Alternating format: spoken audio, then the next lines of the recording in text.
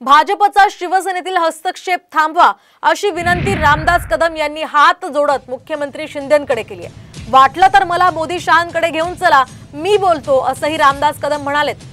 तर या ठिकाणी मुख्यमंत्री शिंदेंकडे त्यांनी ही मागणी केली आहे। तसंच लोकसभेला उमेदवार जाहीर करण्याची ही वेळ चुकली, नाहीतर आज चित्र वेगळं असतं असंही रामदास कदम यांनी म्हटलंय। त्यामुळे महायुतीतली ही धुसफूस पुन्हा एकदा चव्हाट्यावर आली आहे। विधानसभेच्या निवडणुकीमध्ये आपण कुठेही गाफील राहता कामा नये। एक हात जोडून विनंती फक्त शिंदे साहेबांना आहे, आपल्या भाजपच्या नेत्यांना सांगा, आपल्या हात जोडून विनंती आहे। मला माहिती आहे कोण बोलणार नाही या विषयावरती, मला घेऊन जा मोदी साहेबांकडे, शहा साहेबांकडे। मी सांगेन की साहेब, वेळेवरती एकनाथ शिंदेचे जसे भाजपचे 2 महिने आधी उमेदवार दिले, तसे शिंदे साहेबांचे 15 उमेदवार 2 महिने आधी दिले असते, आज चित्र वेगळं दिसलं असतं।